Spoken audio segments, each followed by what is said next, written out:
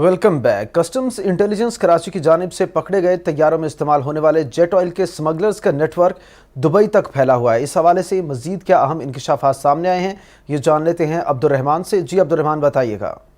जी, custom intelligence की जानिब से कराची में एक बड़ी कार्रवाई की गई है। ये कार्रवाई DIT की जानिब से की गई है, जिसके नतीजे में मुख्तलिफ नौइयत का जो सामान है जो कि स्मगल शुदा था उसको ज़ब्त किया गया है। सबसे अहम बात यह है कि जो एयरक्राफ्ट ऑयल है वो पहली मरतबा जो है जो स्मगल होकर कराची पहुंचा था और उसको स्मगल शुदा ये ऑयल है और ये एयरक्राफ्ट के लिए इस्तेमाल किया जाता है, ये भी ज़ब्त किया गया है। इस हवाले से हमारे साथ मौजूद हैं इनामुल्लाह वज़ीर जो कि डिप्टी डायरेक्टर यहाँ पे हैं कस्टम इंटेलिजेंस में। उनसे बात करेंगे कि एयरक्राफ्ट ऑयल जो है वो कहाँ से पकड़ा गया है और कहाँ पर वो सप्लाई किया जाना था। आया किसी एयरलाइन को वो सप्लाई किया जाना था या फिर उसका और क्या इस्तेमाल हो सकता है?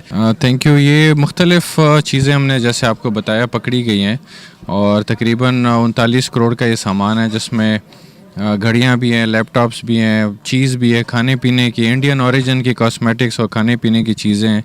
लेकिन जैसे आपने ज़िक्र किया, ये पहली दफ़ा ऐसा हुआ है कि US ओरिजिन का जेट इंजन ऑयल पकड़ा गया हो।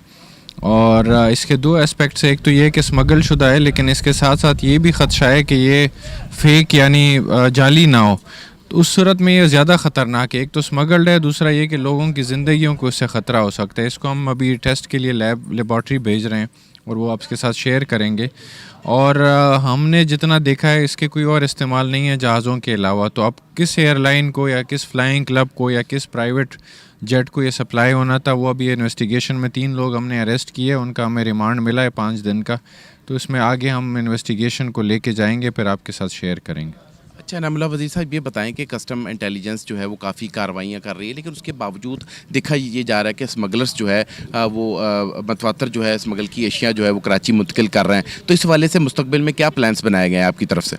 असल में जो आजकल के हालात हैं, जिस तरह के डॉलर के इश्यूज़ हैं और बाकी रेट डॉलर का बढ़ा हुआ है, तो ज़ाहिर ड्यूटियाँ भी बढ़ गई हैं और लोगों को इंपोर्ट में मुश्किलात हैं।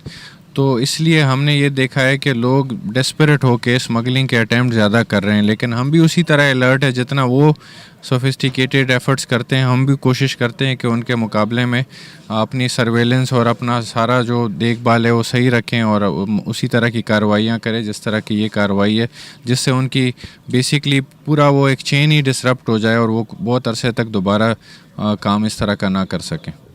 जी, कस्टम इंटेलिजेंस के अहदेदारान का यही कहना था कि मुस्तकबिल में जो है कस्टम्स इंटेलिजेंस की तरफ से जो है कार्रवाइयों को मज़ीद तेज़ किया जाएगा, जबकि जो इस केस में जो मुल्ज़मान गिरफ़्तार हुए हैं उनका रिमांड भी ले लिया गया है। अब उनसे तहकीकात की जाएंगी कि ये जो ऑयल है एयरक्राफ्ट ऑयल वो कहाँ सप्लाई किया जाना था। इस हवाले से जो है वो तहकीकात का सिलसिला जो है वो जारी है। शुक्रिया, आप हमें अपडेट कर रहे थे। आगे बढ़ेंगे, आपको